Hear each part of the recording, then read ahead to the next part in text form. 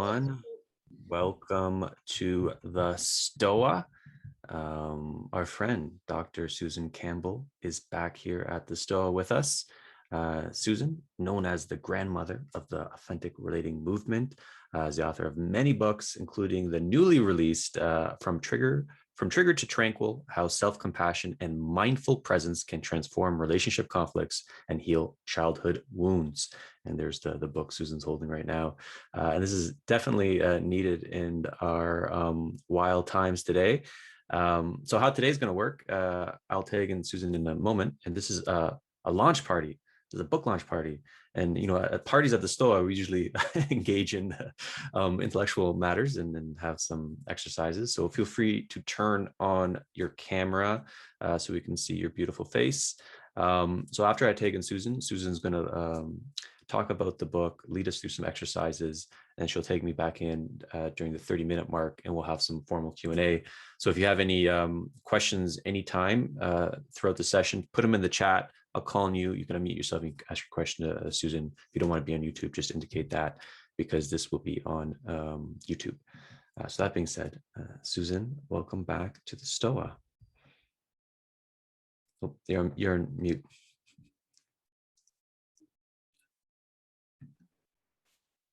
Thank you, Peter. So some of you who know my work know that most of what I'm trying to teach here is to help people become more aware of all the things that take us out of the present moment, the things that have us be not all there. So the goal of this journey is to bring more of our full self to our attempts to connect with others, to hear and be heard, and to make sense of the world. But there are a lot of things that interfere with our ability to be all there. So this thing that I call trigger work is part of that. There's a lot of times we make assumptions like my needs are not important, or it's not safe to ask for what I want. And those kind of assumptions, they come from our unresolved childhood pain. And so trigger work is about investigating, like noticing the early warning signs that there's some buried pain that's coming into our foreground to mess up our ability to be completely present and available to each moment and respond with our full self. So getting triggered comes from a survival mechanism that's built into the human nervous system that has us scanning for danger. There's this thing that brain scientists call the survival alarm mechanism. And it's in the amygdala area. You hear the phrase, getting your amygdala hijacked. And so we want to know how this works in ourselves so we can notice when a present situation feels so threatening because it's mimicking some unmet need. It's kind of similar to something that happened in the past where one of our core developmental needs were not met. So I'm talking about needs like the need for safety and security and loving attention.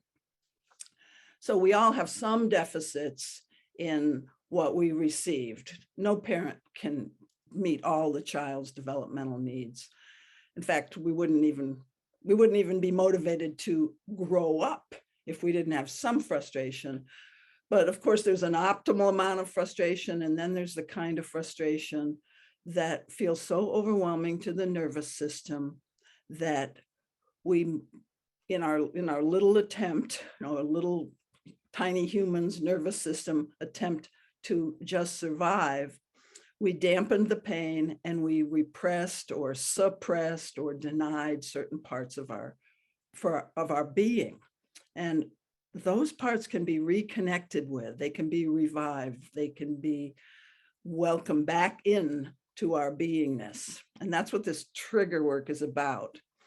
But when we are in that survival alarm reaction, the nervous system, that part of the nervous system is designed to quickly react instinctively without processing, is this a false alarm or is this a real danger?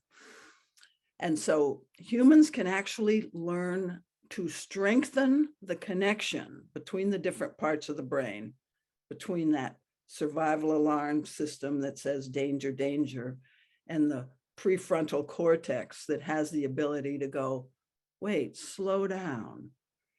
Yes, your boss had a flat tone of voice there. And yeah, that does remind you of how your father used to talk to you when you really wanted love and approval.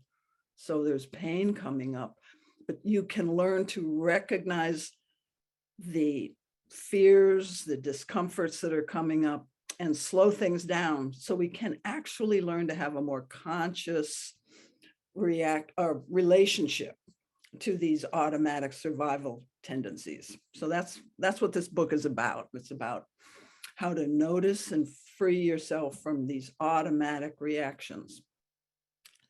So I'd like to just do a screenshot right now. Let me see a screenshot of what I call the 5 steps of trigger work. So here they are. This is kind of an outline of the book. So the 5 steps. The first step is accepting that we even have these reactions, because some of us are quite ashamed of the fact that, my gosh, I've done all this work on myself and these things are still happening to me. So acceptance isn't as easy as just logically saying, yeah, we all have triggers.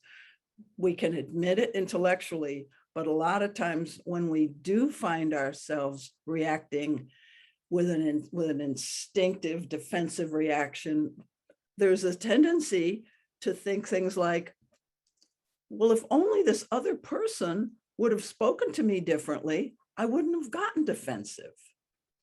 Versus realizing that that reaction has a lot of information.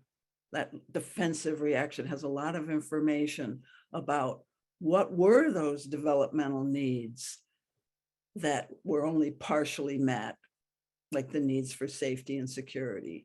So once there's great value in knowing what our trigger reactions are. And we're going to be looking at an exercise a little later that really helps you get to know what are the things that I do, say, and think when I'm triggered, so we can learn to identify them.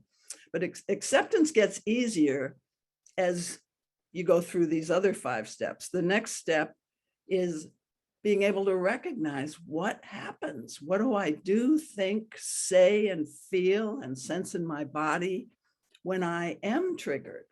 Like knowing the early warning signs, because that gives you a lot of power over these automatic reactions. Once you can name, oh, defensiveness, that's part of my trigger signature.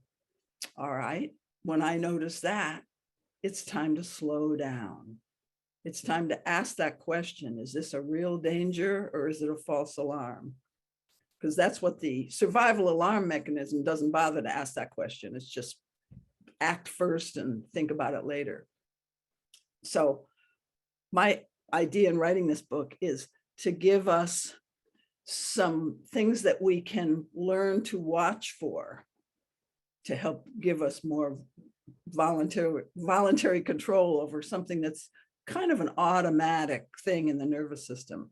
But you really can learn to see it coming, see that it's happening to you, and take the next step, which would be pausing. So we've got acceptance, knowing your trigger signature, and then pausing. That's the slowing things down. That's the taking some breaths to get back in touch with the here and now and reassure yourself that, gee, there's no tiger in the room right in this moment. There may be my partner with an angry look on their face, but during the pause, if I can just be with my sensations, because that's the next step, being with the sensations and feelings and memories associated with that angry look, I can eventually connect with, oh, we've been through this many times. We've had anger about this same thing many times, and we've gotten through it.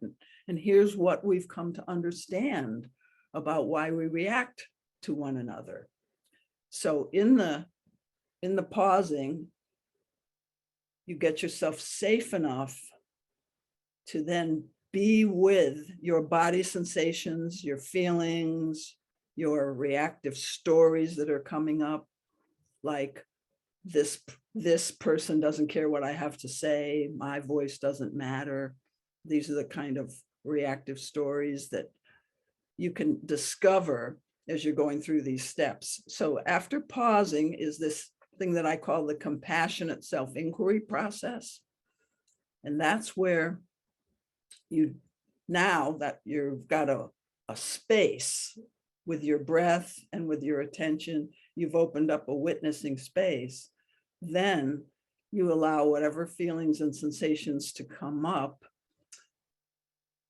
of what you remember of the triggering event. So this trigger work is done right after a triggering episode between you and somebody else. You can't always do all this in the heat of something where you're both agitated. You have to find a time, like after you have to have a pause agreement. Actually, that's part of the idea of the pause, is you have a pause agreement, either just with yourself, that you're going to take a break for yourself and calm your nervous system and do some inner inquiry, just following the feelings and sensations wherever they lead. Or you have a pause agreement with a partner where you both agree in the middle of a trigger, you can stop what you're doing. And people learn to do this. You might think, well, how can I stop this runaway freight train? People can learn to do this once they have the concept, and once they practice it enough. It takes some practice to learn to stop in the middle of something that energized. So once you've paused, you do the compassionate self-inquiry, and then in some cases, the fifth step of trigger work is repair. That's when you go back and you reveal to the other person involved. And so repair really takes an agreement by two people that we value pausing and then coming back and repairing. But if you have that agreement to repair, you come back and you reveal, this is the fear that got triggered in me, or this is the story. I imagined that I wasn't important to you. I imagined that my needs don't matter, or I imagined I'm not good enough. The story was, I'm not good enough. Those kind of stories. We often don't say those stories in those kind of words to ourselves, but that's the kind of, I call them fear stories, because they're related to core fears that we've kind of had with us all our lives, but a lot of times they don't come up to the surface until we find ourselves in relationships that trigger us. So it's actually quite wonderful to have a relationship where you trigger one another, because any triggering event is a doorway into knowing yourself better and finding those lost, denied, repressed parts of yourself and bringing them back into your wholeness. So that's the 5 steps of trigger work. And now I want to take you into an exercise where we will go into detail about the second step. And that second step is knowing your trigger signature. So I want to share the screen, and I'm going to take you through an exercise, and it's going to require you to remember a triggering incident.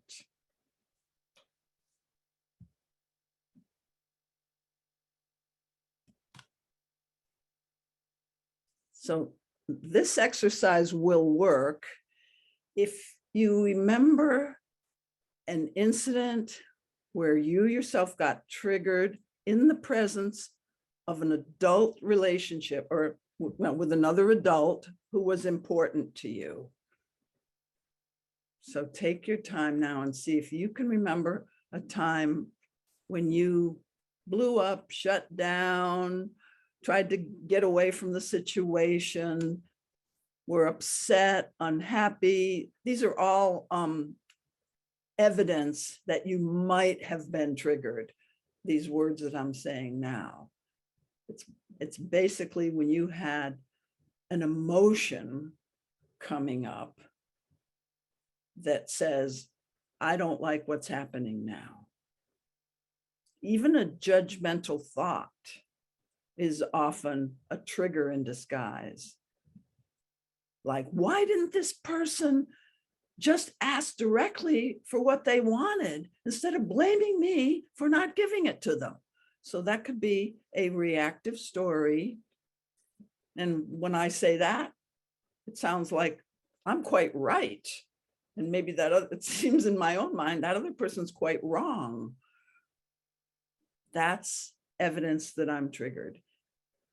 So anytime, and it takes a while working with this material before you see all the different subtle ways that you're behaving from a triggered place, but not being quite aware of it. And a lot of us who come to the Stoa are more thinking type people. And so we don't have big reactions, blow up and blow up and shout and slam doors. So it might be a little harder for some of us to recognize that we do get triggered. We might think, gee, if only this other person in my presence wouldn't behave that way, I'd never be triggered. And maybe that's true. So think of an event, and then let me give you a little time to think about that. Wait a minute. This share, I need to share again because the screen share went away, the one that I wanted. Here it comes. Okay. So you're thinking of a triggering event. Something happened that you didn't like.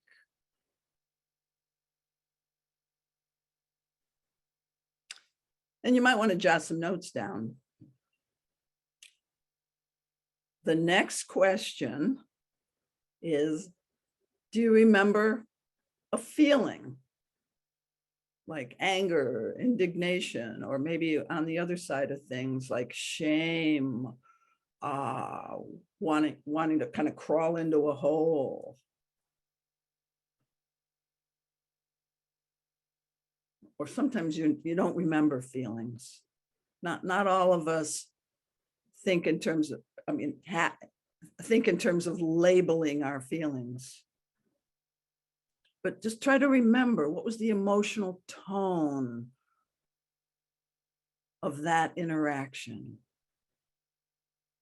And it was probably unpleasant, because all these things, the basic thing we're dealing with here is the normal human fear of emotional pain. We think we can't handle that emotional pain because at an earlier stage in our life, when some developmental need, like the need for loving attention, wasn't met, it really was too much for our nervous system to handle sometimes. That's why we protected ourselves and shut down or repressed our needs. But now, when we're adults, we really are strong enough to feel these feelings. So if there is a feeling there, even if you can't name it, see if you can get a sense of it. And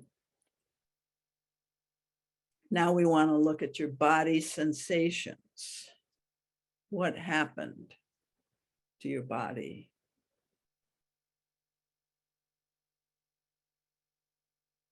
What did you feel? Tight chest, difficulty breathing, any of that?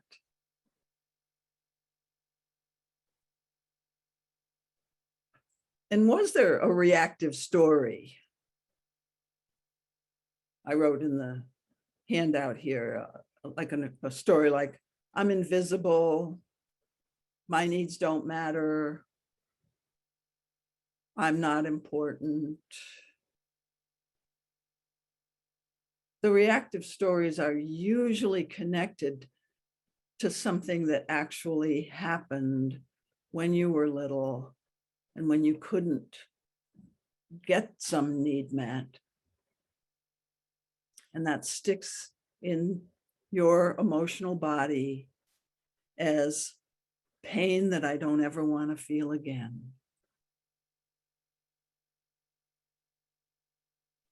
Now, we could be doing this trigger work for a long time and we'd still be finding new aspects of our shadow. This is the stuff when I say denied, repressed, suppressed. This is kind of the material in the human's shadow. So trigger work is actually shadow work. It's discovering new parts of ourselves that were pushed into the shadows, because to feel those needs in the past when we were little was just too painful or too overwhelming to our nervous systems. But now that we're big, they are coming back. They are seeking attention so that they can be felt and owned and brought back into the wholeness of our being. So it's a deep healing process that we're talking about here. So the final thing in terms of noticing your trigger signature is reactive behavior. And sometimes that's a visible reaction, like walking out or raising your voice. And sometimes it's more like going blank. It's something totally internal. No one else would even know you're triggered unless they were watching for it. Going blank, freezing, not being able to speak, that kind of thing. So it's really useful to get a handle on what is your trigger signature. And these 5 elements, what kind of things, the stimulus or the event, what kind of things that happen tend to trigger you? What feelings tend to come up? What body sensations? Is there a reactive story? I call them fear stories, like the fear my voice doesn't matter, or the fear, what good does it do to try to speak to this person? They don't hear me. So those kind of reactive stories. And then finally, do you have a characteristic reactive behavior? One of the easiest ones to notice is defensiveness, or at least you can notice it in the other person. Sometimes you can't always notice your own defensiveness, but you know what I mean when I say that. Explaining, one thing that people do when they're defending themselves is explaining to the person who's upset with you, perhaps, why they should not feel upset. So do you do that, for example? It's good. It's kind of fun to begin to get more onto yourself and notice some of your automatic habits. So now I am going to stop this screen share. But I want to, just before I stop, want to just emphasize, if you did this with 4 or 5 different triggering events, you'd probably see a pattern. You might see 2 different patterns that might be very similar, but they're not quite the same. But most people have one characteristic trigger signature. So it's, once you see any of those behaviors, well, the triggering event is, you're not watching for that all the time. But once, if you watch for those other things like feelings, sensations, fear stories, and reactive behaviors. If you're onto yourself, you'll see yourself doing one of those things and it'll wake you up. It'll bring you more present. You can go, ooh, maybe I better pause. Maybe there's a trigger in here somewhere.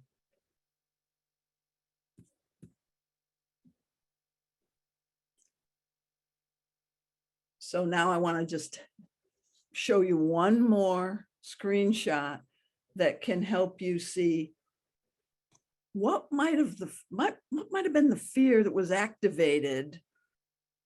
Go a little, I'll give you a little more language for naming the fears. Because I think language can help us notice. If you have a word for something, then you can go, oh, I guess that's my fear that I'm not enough acting up here.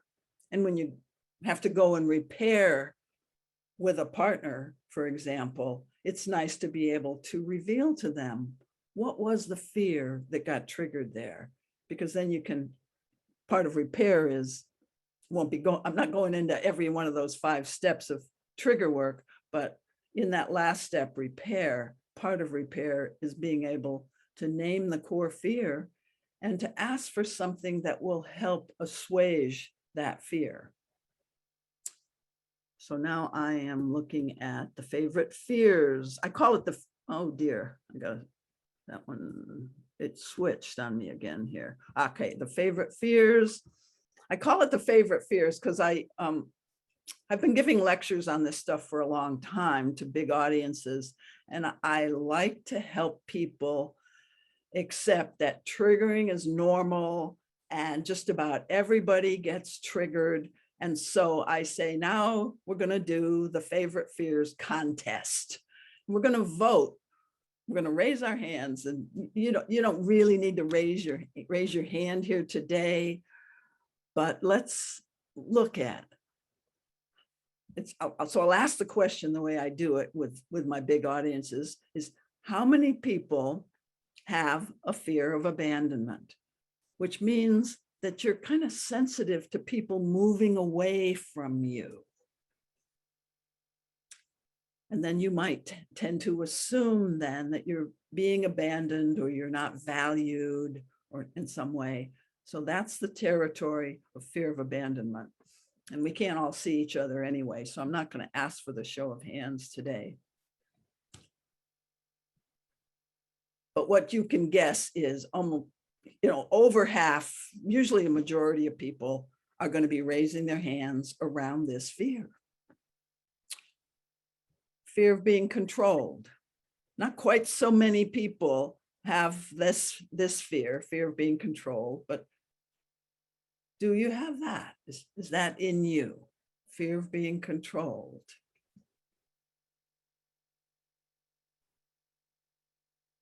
Sometimes this is connected also to feeling small, like somebody behaves in a certain way, they like a bossy voice or something, and it has you feeling small. So feeling small sometimes is connected to a fear of being controlled. There was some kind of power differential where you came out on the short end when you were younger.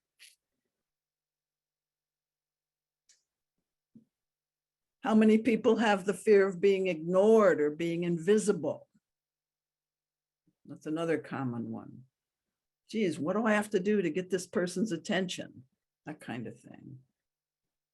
So there's often stories connected, like fear stories connected with each one of these. And then there's fear of rejection.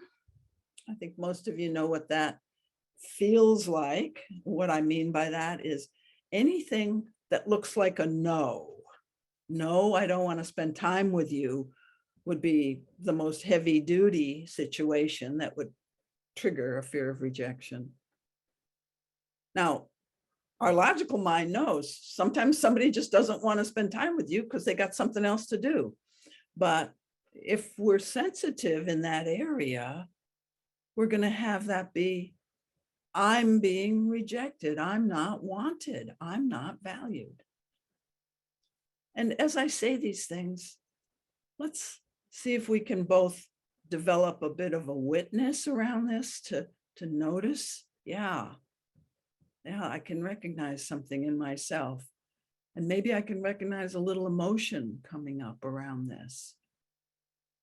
So if we can both observe and at the same time feel with or be compassionate with whatever's coming up right now. Fear of criticism is a common core fear. That'll trigger people.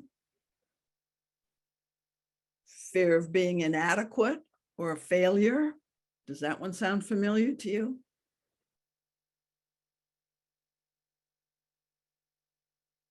Fear of being seen as bad or wrong or to blame. Now, we could say nobody likes to be blamed, and I think that's probably pretty true. Nobody likes to be blamed. And if that's got special energy for you, it's probably worth tuning into a time when you felt you were being blamed, or you thought you were being blamed, and you felt something, anger, hurt, some version of pain. When I say pain, I'm talking about the emotional pain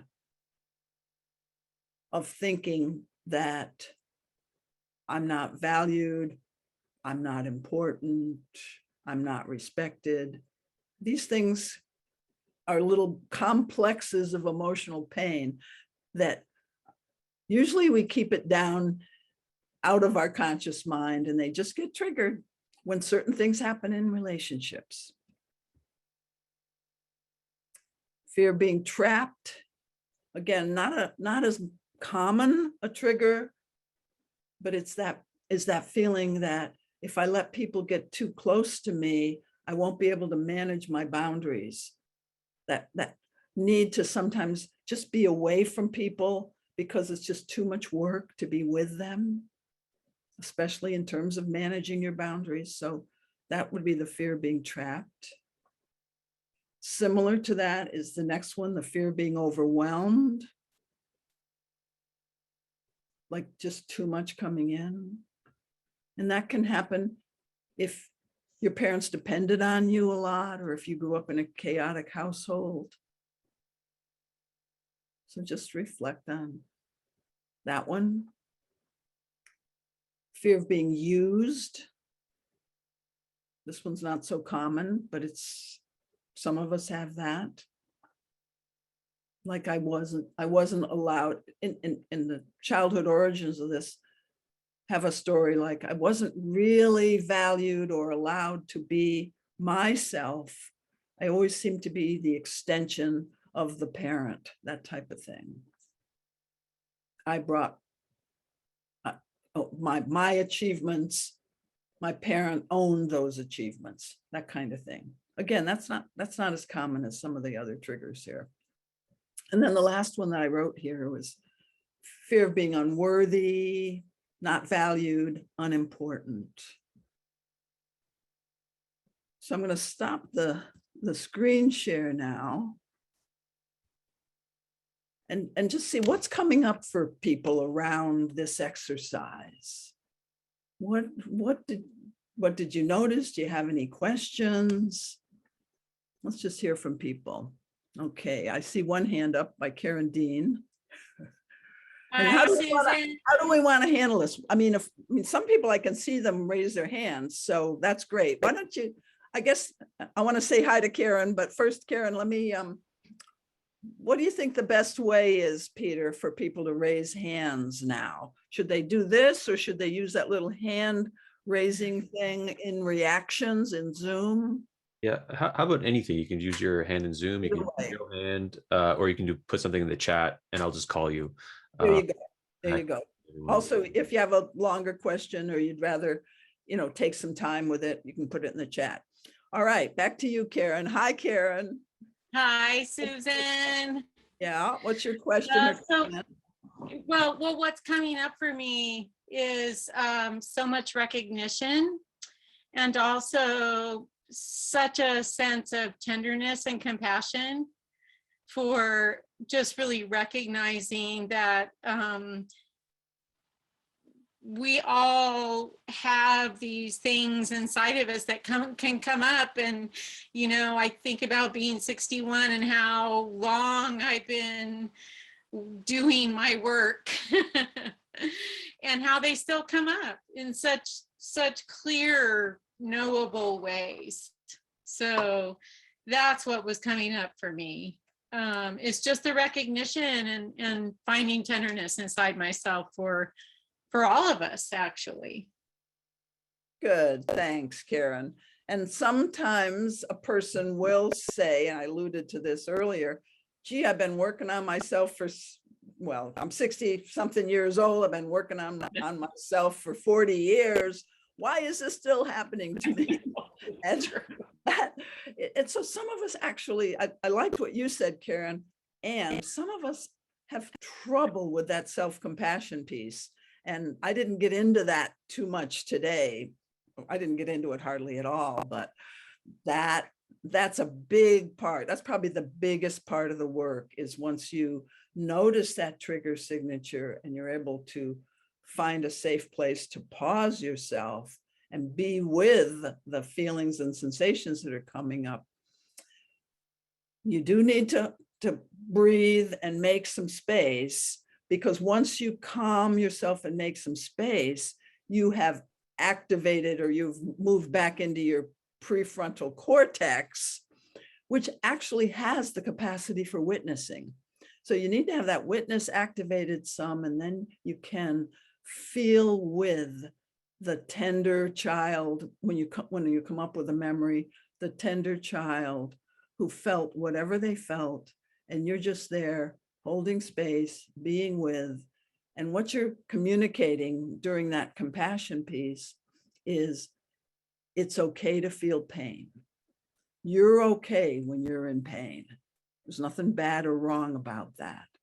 And that is very hard for a lot of us to integrate. But that's, if we do this process enough, you will integrate that, and your fear of emotional pain will lessen, and you'll have more bandwidth for what I call the normal pains of adult relationships. So next comment or question. I see Brian has one. Francis. Brian Martins. Hey, Brian. Hi, how you doing?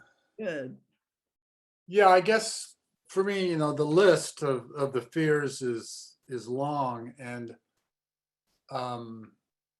as you were saying a list, I was sort of checking in my head, yes, there's a piece of that. So how important is it to identify the difference of the feelings that you're having, or just know that you can feel all of those pieces of those at the same time, and not to focus on maybe the specifics of them, or just like you mentioned, just allow yourself to be sad and feel the emotion and the hurt. Yeah, the labels are not, knowing what to call them, or listing the multiple feelings is not really important when you're doing the work. It's just important for catching yourself when you're triggered. Once you're doing the work, the important thing is being with an experience. So it doesn't matter, you kind of suggested this in your question, Brian, it doesn't matter what you call it, whatever this experience is, whatever helps you experience it more fully. So that often requires simply slowing down, breathing, being curious and open. And then life will give you your own life force, your own healthy evolutionary impulse will give you whatever you're ready to be seeing at this time. And then, Right, and then next time you might see more, or you might see a different aspect of the whole feeling complex. Right, and I get to decide if I feel like I can say something in that moment, or I just need to be quiet, or that will change or come depending on what type of trigger it is, I guess. Well, when you're doing the compassionate self-inquiry practice, that's basically just being with whatever feelings are coming up. And so you suggested something about saying something. Once in a while, you'll realize, I had this happen with a client today. First, he had a lump in his throat. And then he realized there was something that he wanted to say to his father, who was, in his mind, shaming him, something that he wanted to say to his father. So sometimes you're all by yourself because you do this inquiry by yourself. But you can speak out loud by yourself as if you're talking to your father. This is all laid out in the book. There's a lot of self-guided workbooky type exercises in the book. Okay. Yeah. Thank you. Other questions, comments? Francis, I thought I saw your hand earlier. If you can unmute yourself. Hello. Hi, Francis. Hi. Actually, I go by Joy. Oh, Joy. Hey, I'm glad to meet you, Joy. Now Hello. we have a correspondence going. Okay. All right, Joy. Yeah.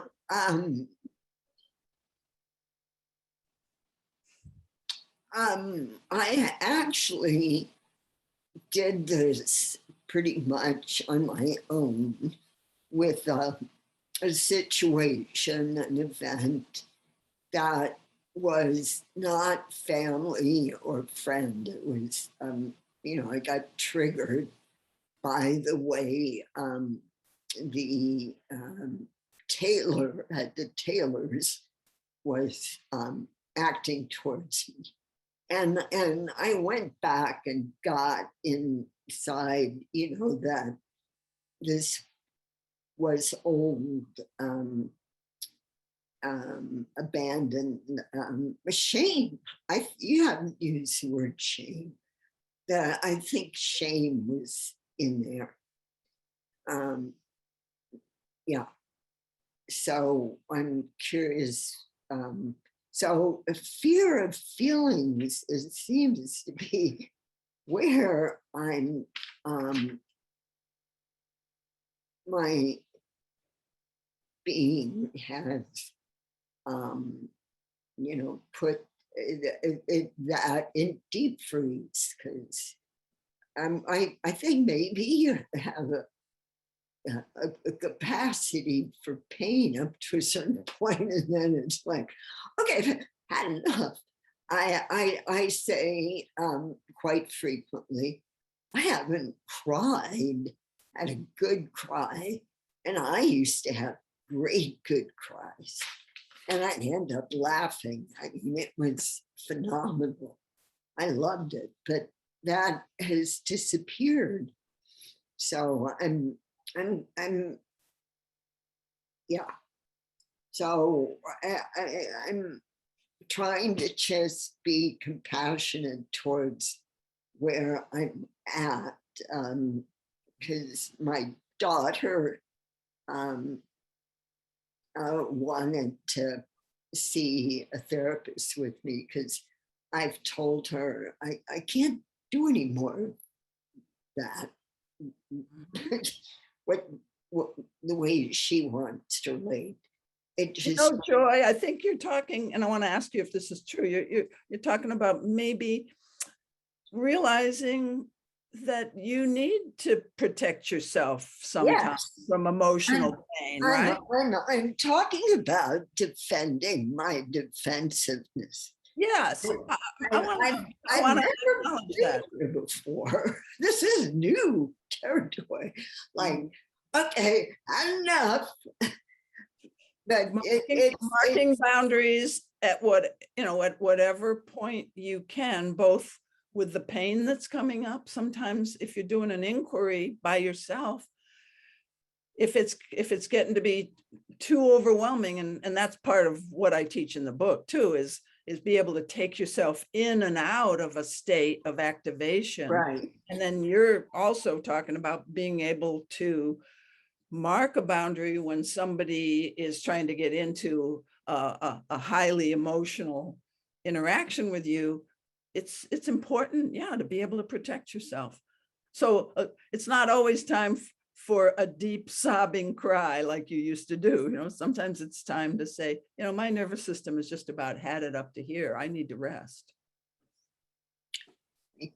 It's hard to do. I want to, you know, just somehow support you giving yourself permission to say, I've had enough. And there's the chapter in the book about friendships, triggering in friendships, shows a little bit more about some responsible ways for telling people, hey, I'm at my limit here. I'm getting re-traumatized, or I'm, you know, it's just not good for me to stay in this interaction, and sometimes ending a relationship that's just too traumatizing. Again, that depends on a lot of things, but I do outline that in the book, when to make that decision. Thank you. Thank you, Francis or Joy. Jenny, you had a question in the chat earlier. Yeah, so I was able to go through the exercise. I could think of one example and it was helpful, but most of my triggering things, I guess when I think of trigger, it's not interactions with human beings. It's a story in the news. Oh my God, they're killing the Uyghurs. This is terrible. What can I do? I'm freaking out. And a lot of things that are in the news, I won't go through examples, I'm sure we know, these things trigger me. Every news story makes me just lose it. But it's not another person. It's not my partner or my neighbor. So it doesn't fit into this. I want to know how to live in the world without going Yes, all the time. I'm very glad you asked that question, Jenny.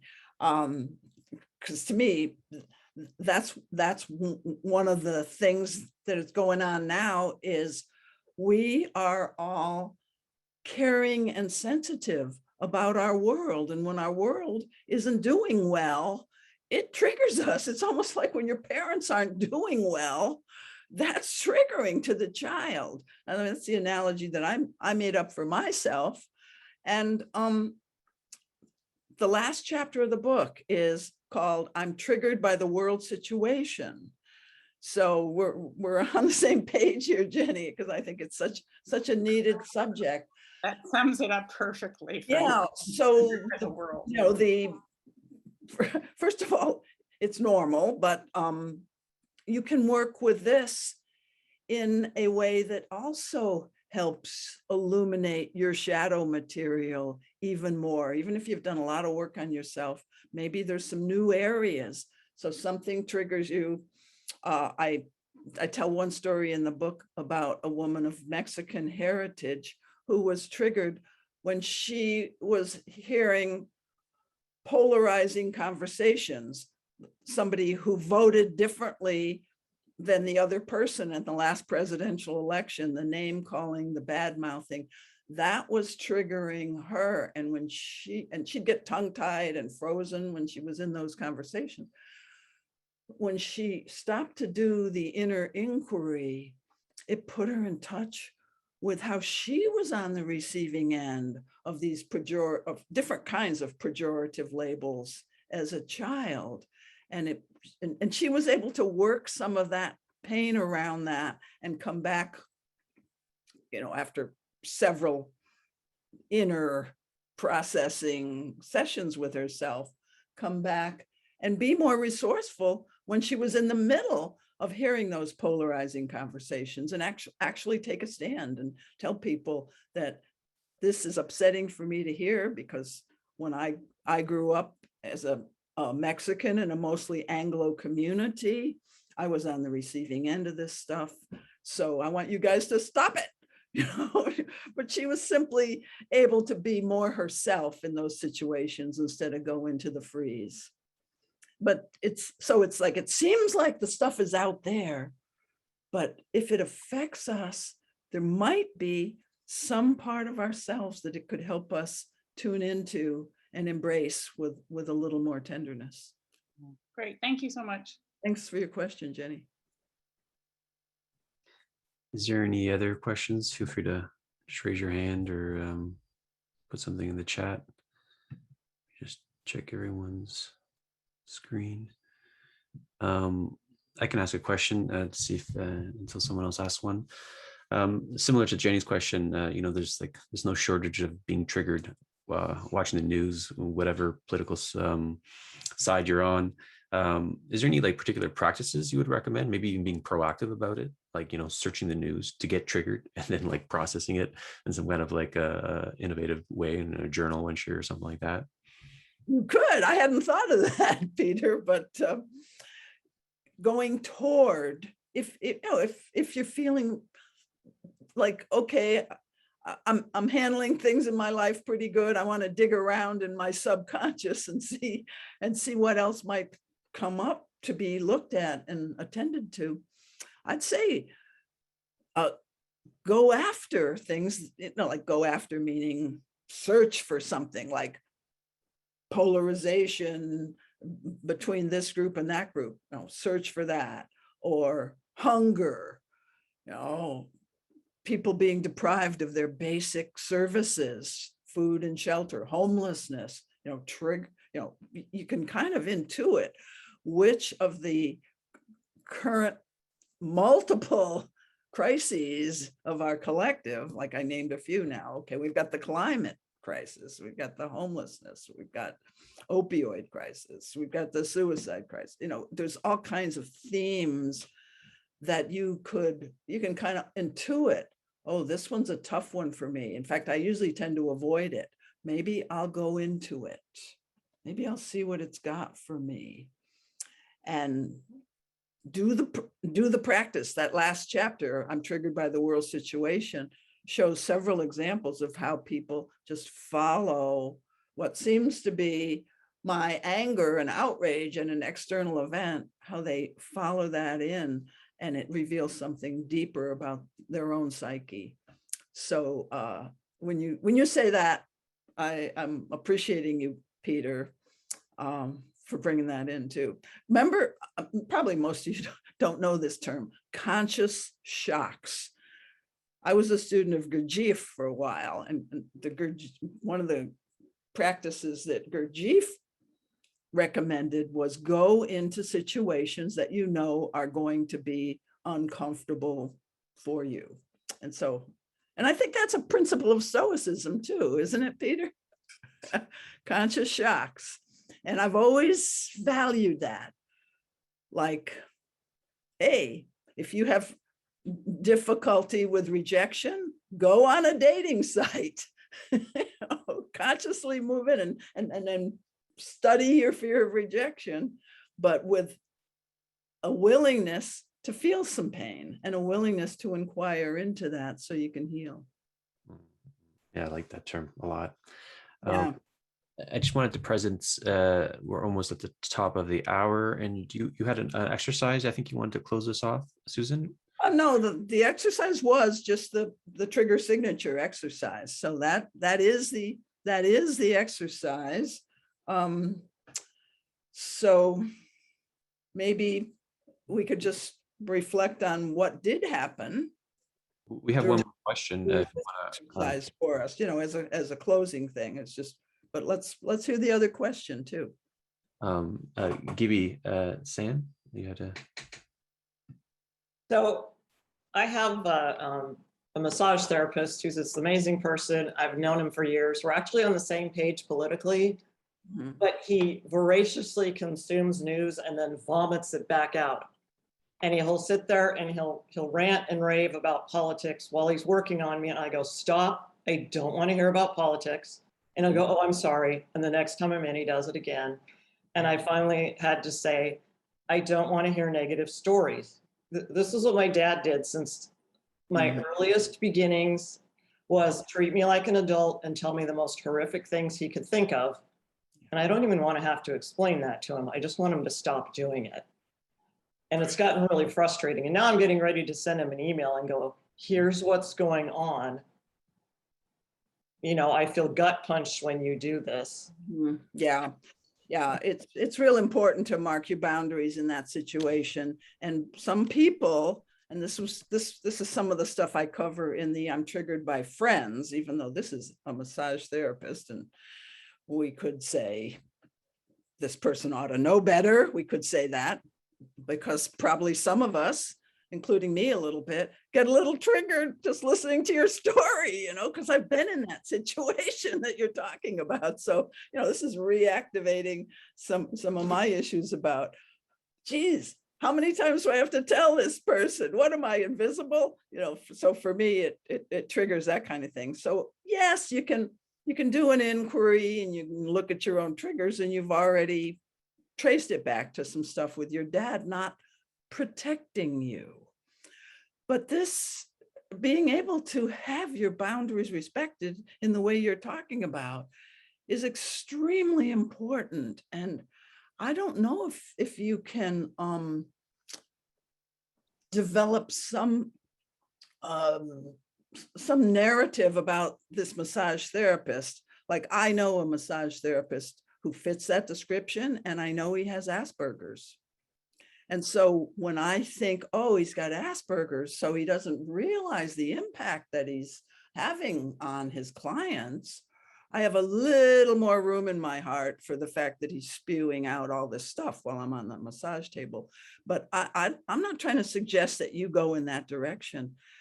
Maybe I'm going to say, since you find it, let's say, valuable to go to this particular massage therapist, Yeah. maybe you need more practice marking your boundaries. Or maybe you need to get triggered like this for your healing, to do a little more work on that with that information you gave about your dad. But I think for a lot of us listening to this, we'd find another massage therapist. But if you're there, maybe there's some learning for you that's meaningful. Yeah, I'm not a glutton for punishment. This guy's actually gotten rid of my sciatica, among others. So he's very gifted, which is the only reason I put up with it. So yeah, and yeah. just know that you're going to have to keep reminding him over and over, probably. Yeah. Okay. And work with yourself. It's just a little extra bit of work while you're on the I massage. don't need more stuff to work on. Yeah, I know. That's why I'm saying I'd go to another, but I get that.